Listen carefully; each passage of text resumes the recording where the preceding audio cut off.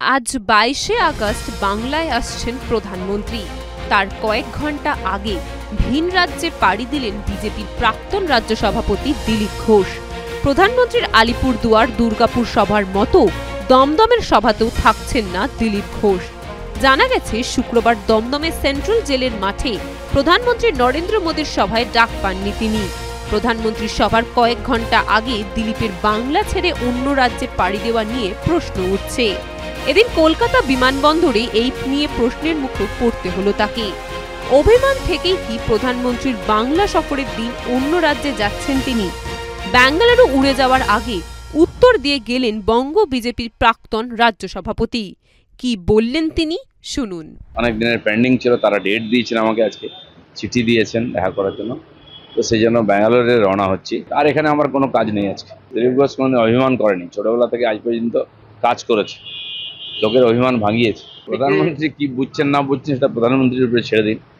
Party এত বড়, বহু কার্যকর্তা আমার মতন আছেন পার্টিতে, হাজার হাজার লক্ষ লক্ষ। পার্টি তাদের নিয়ে ভাবে, তাদের যোগ্য কাজ দেয়, সময়ে পার্টির প্রয়োজনে পার্টি কাজে লাগাবে। পার্টিতে কোনো প্রোগ্রাম নাই। হ্যাঁ, প্রধানমন্ত্রী আসছেন, গিয়ে ভাষণ শোনা, সে তো আমি মোবাইলেও শুনতে পারি ওনার ভাষণ, আর আসতেই থাকবেন উনি।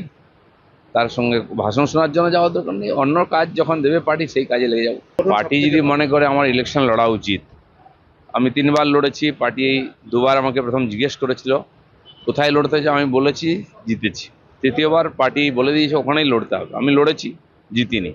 তো পার্টি, আমরা কার্যকর্তা, পার্টি যারা ডিসিশন নেন তার উপরে পুরো ভরসা আছে, তারা যেটা বলবেন ঠিক আছে। যদি বলেন যে তোমার ইলেকশন লড়ার দরকার নেই, অন্য কাজ করো, ওকে। তো সেই জন্য ওটা নিয়ে খুব বেশি চিন্তা করি না। বিজেপির প্রাক্তন রাজ্য সভাপতি দিলীপ ঘোষের প্রধানমন্ত্রী নরেন্দ্র মোদীর সভায় ডাক না পাওয়া এবং প্রধানমন্ত্রীর সভার দিনই প্রতিবার দিলীপ ঘোষের বাংলা ছেড়ে অন্য রাজ্যে পাড়ি দেওয়া নিয়ে কি বললেন বর্তমান বিজেপির রাজ্য সভাপতি শ্রমিক ভট্টাচার্য, শুনুন।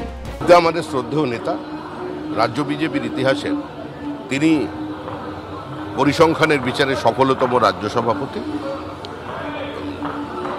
অচিরেই দিলীপ ঘোষকে স্বমহিমায় দিলীপ ঘোষের মতো করে আবার পাহাড় থেকে সাগরে দেখতে পাবেন। দিলীপ ঘোষের বিষয়টি কেন্দ্রীয় নেতৃত্ব দেখছেন এবং কেন্দ্রীয় নেতৃত্ব এবং দিলীপ ঘোষের মধ্যে কথাবার্তা চলছে। পার্টির তো নির্দিষ্ট কিছু পরিকল্পনা থাকে, দিলীপ ঘোষকে নিয়েও পরিকল্পনা আছে, আরও অনেক ঘোষ বোস দত্তমিত্রকে নিয়েও পরিচালনা আছে, আছে পরিকল্পনা আছে। দেখতে দেখুন, অনেক কিছু হবে। দিলীপ ঘোষ বিজেপিতে ছিলেন, আছেন এবং থাকবেন। কিন্তু প্রশ্ন থেকেই যাচ্ছে, প্রশ্ন উঠছে বাংলায় প্রধানমন্ত্রীর সভার দিনই কেন ভিন রাজ্যে পাড়ি দেন দিলীপ ঘোষ? এটা কি নিছক কাকতালীয় ঘটনা, নাকি এর পেছনে লুকিয়ে আছে বড় কোনো বার্তা? বিজেপির অন্দরমহলে কি সত্যি অস্বস্তি বাড়ছে? উত্তর দেবে আগামী দিনের রাজনীতি। দেখতে থাকুন সুদর্শন বাংলা। জয় হিন্দ।